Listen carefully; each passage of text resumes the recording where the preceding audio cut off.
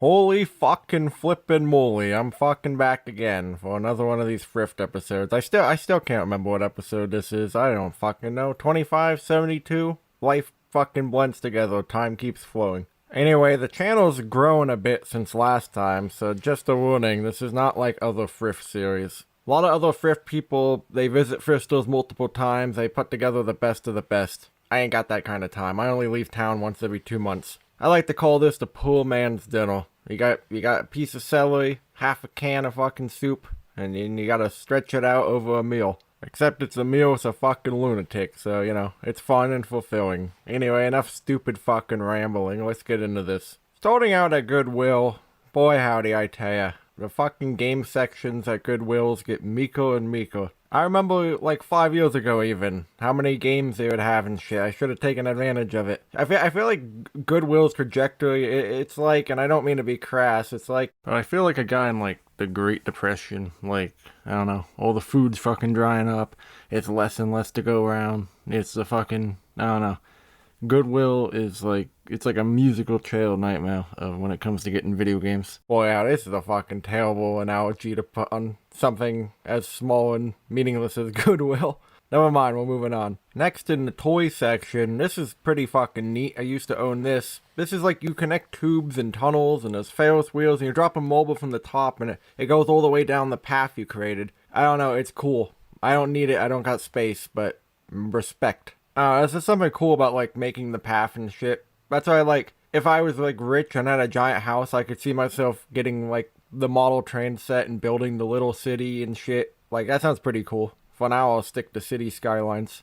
They had one of these, like, you see, like, these Christmas and Halloween decorations that project the images on the house. These are whatever, but, man, you go through those neighborhoods that, like, all the neighbors are competing to have, like, the most decorations and shit. Something like this is just symbolic of how far I'm disconnected from a certain type of person, like generic suburban, like fucking citizens going, "Did you see Hal's decorations? Oh, that's a bit edgy. He has a ghost on his house." Picture him in a fucking plaid suit. Wife hosts a book club where they gossip about each other and shit, having to deal with an HOA.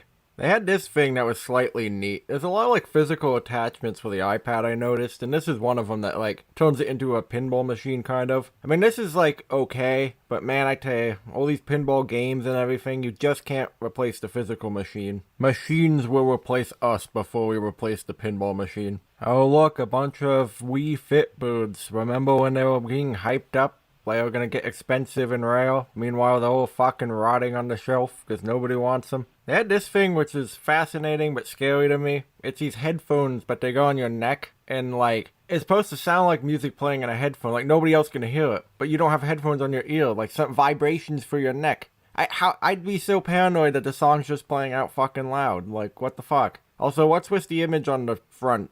It's like the guy screaming or whatever. Like, the 90s to the 2000s had this weird marketing. Like, you remember those gum commercials?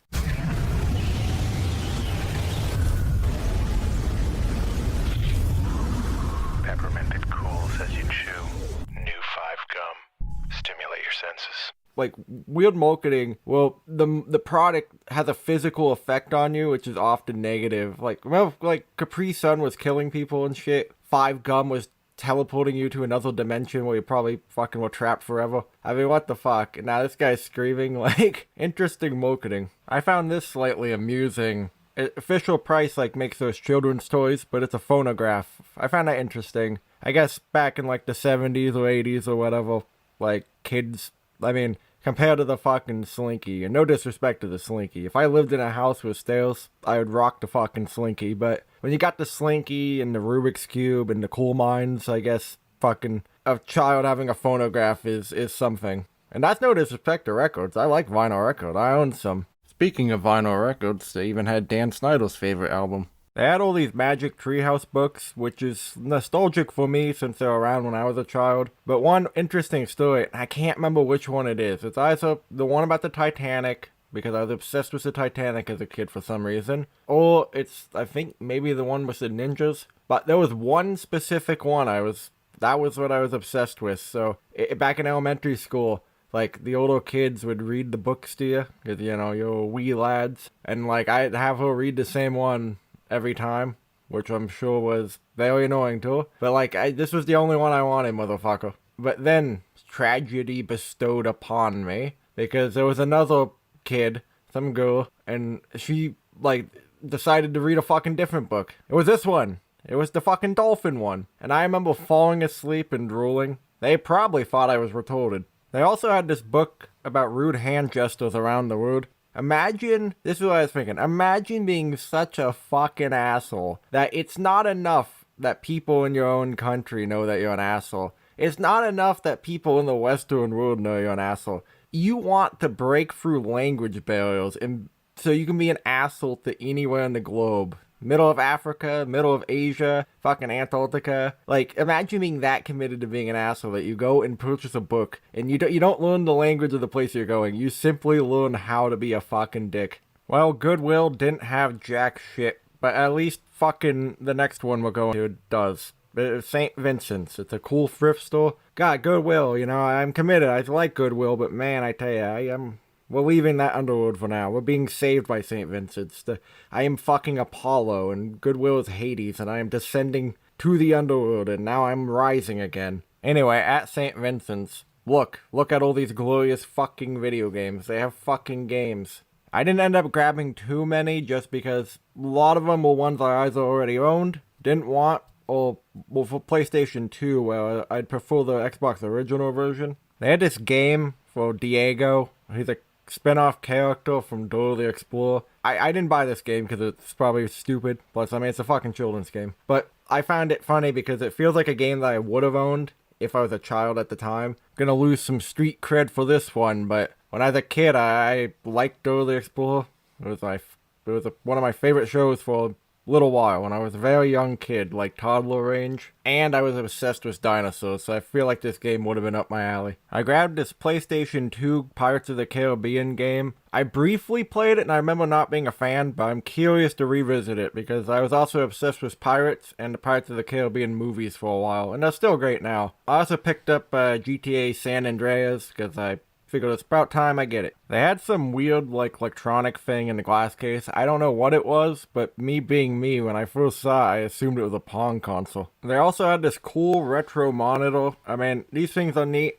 I didn't need it. I got enough old TVs and shit. But I always gotta pay my respects to them and check out the fucking connections on them and see what they are. They had this old CD making software kit, which I thought was cool. I almost bought it one time, but then I don't want a printer, and it's like, how do you get it to stick to the CD? But I think it's neat. I always like seeing like these old editing things from the past. Like we looked at an old VHS tape editing build back in the day on a previous episode. These things are neat because as a creative now, sitting here with free software I downloaded to my computer that allows me to easily edit video and audio. It's fascinating how much of a pain in the ass it was back in the day of fucking having 2 VHS tapes back and forth transferring, trying to edit in shit, having to buy shit just to fucking put text on the screen. And this software you had to have the printer and shit, like making your own CDs and shit back in the day. I always just like to read and look at these things, even though, I mean, they're all outdated now. Nothing too special with this one, standard one. Still, we pay our respects. You know, long live CRT TVs, don't destroy them, we need to preserve them forever.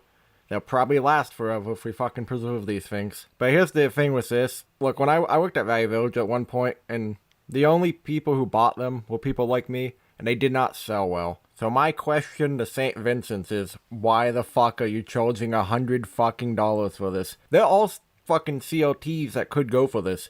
You get like a 2005 Sony Trinitron or something, that'll go for this. However, this TV right here, and again, paying my respects, nothing wrong with it, it only has coaxial fucking video connection. It does not have fucking RCA. That's fine. Sometimes you need that. I have really old consoles that won't even work on newer CRT TVs from the early 2000s, so having that old one's nice, but not for $100. Holy fucking mackerel. Did they have a fucking blind guy working there? Did this blind guy who's supposed to be pricing fucking diamonds accidentally fucking turn a swivel chair to the electronics section and start labeling fucking price tags? I mean, oh, geez, fucking, we gotta move on. Jesus, holy fucking shit. Speaking of old content creating fucking hardware and shit, we have this thing. I can't exactly tell what it does, but I think you put photos in and it becomes like a slideshow on VHS tape. I don't know. It's neat though. Wrapping up my adventure, I'm looking at the VHS tapes and yeah, they got that movie Jack Frost. I tell ya,